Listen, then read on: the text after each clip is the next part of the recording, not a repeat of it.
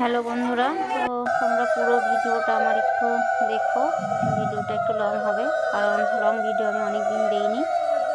তো এই ভিডিওটা একটু লং হবে। তো আমি 1 মাসের যে আরতির যে ভিডিওটা, তো 1 মাস এক সপ্তাহ আমার ভিডিও করা হয়নি হয়তো। তো যতটা করেছি তো আমি সবটাই মানে দিয়েছি। তো আরও কিছুটা বাকি আছে। তো 1 মাসের যে আমার এত পাঠ কীর্তন হয়েছে, সব কিছু যা মানে অনুষ্ঠান হয়েছে বাড়িতে, আমি সবটা এখানে দিলাম না। এখানে শুধু আরতির ভিডিওটাই আমি দিলাম। তো আস্তে আস্তে দিব সব, কারণ 1 মাসের তো অনেকটাই বড় হয় ভিডিও। তো ওটা তো অনেকটাই বড় হয়ে যাবে, একসাথে তো দেওয়া যাবে না। তো তার জন্য আমি শুধু কিন্তু এটা আরতির ভিডিওটাই আমি দিলাম।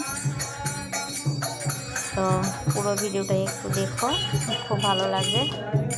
তো আমি দেখো যতটুকু পারলাম তো এটাই তুলে ধরার চেষ্টা করলাম। তো যেহেতু এডিট করতে অনেকটা সময় লাগে, তো সে সময়টাও আমি পাচ্ছি না। তো এটা কালী পূজার রাত্রে করেছিলাম। তো মানে রেগুলারই কিছু না কিছু আমি নতুনত্ব থাল সাজানোর প্রদীপ দিয়ে চেষ্টা করেছি। তো এটা হয়তো আমি সব ভিডিওই দিয়েছি, রেগুলার যেটা যেটা আমি করেছি সেটা সবটাই দিয়েছি।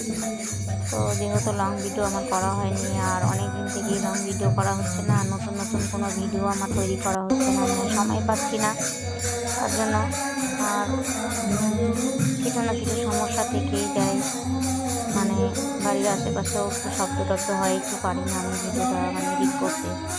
তো যখনই হয়তো এডিট করতে বসি কিছু না কিছু শব্দ হয়, তো হয়ে ওঠে না। আর সময়েরও মানে খুব অভাব, মানে এটাও পাচ্ছি না। আর ভিডিও করতে তো অনেকটা সময় লাগে। আর এই যে দেখতে পাচ্ছ, এটা ঠাকুরের কিন্তু মালা করেছি, মানে পদ্ম ফুল দিয়ে আর গাঁদা ফুল দিয়ে। তো ভাবলাম যে একটা পদ্ম ফুল দিয়ে একটা প্রদীপ সাজিয়ে দিই। তো দেখো এই প্রদীপটা কেমন লাগছে দেখতে। তো এটা নর্মাল প্রদীপ, যাই হোক মানে গোটা মাসের তো রেগুলার তো আর ডিজাইন প্রদীপ দিয়ে তো আর করা সম্ভব না। তো ছিল হয়তো করলে করা যেত, কিন্তু সবাই নিত আর সবাইকে দিতে হতো। সবাই তো আর রেগুলার প্রদীপ নিয়ে আসতো না বাড়ি থেকে, তো তাদেরকেও আমাকে দিতে হতো। তো এগুলো কিন্তু ঘি দিয়ে তোমার প্রদীপ জ্বালাতে হয়েছে গোটা মাসে। তো যেহেতু ঘিটা একটু চাপা লেগে থাকতো, তার জন্য আমাকে তেল মিক্স করে দিতে হয়েছে।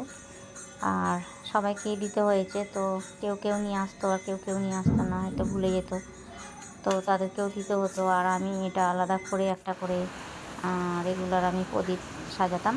আর এই যে এই ফুলগুলো দেখছো, হলুদ ফুল, তো এটা হচ্ছে গাঁদা ফুল।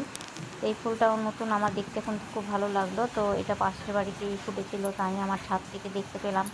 তা আমি আবার তাদেরকে বললাম যে আমাকে কয়েকটা ফুল একটু দিয়ে যাস।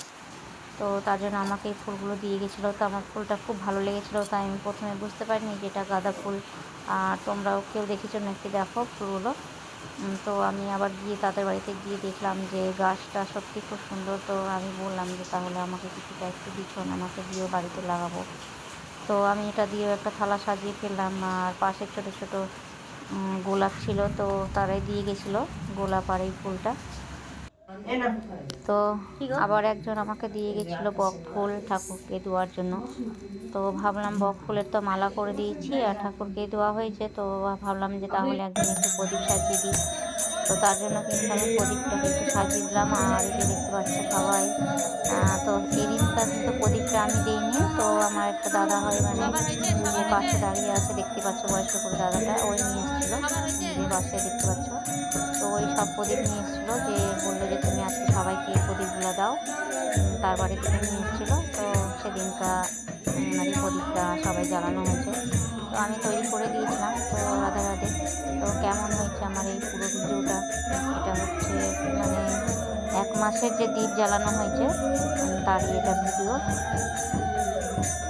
এরপরে আমি আরও মানে ভিডিও নিয়ে আসবো, মানে যাই হোক একটু দেখো তোমরা সবাই, আর ভালো থেকো। আজকের ভিডিওটা আমার এই পর্যন্তই।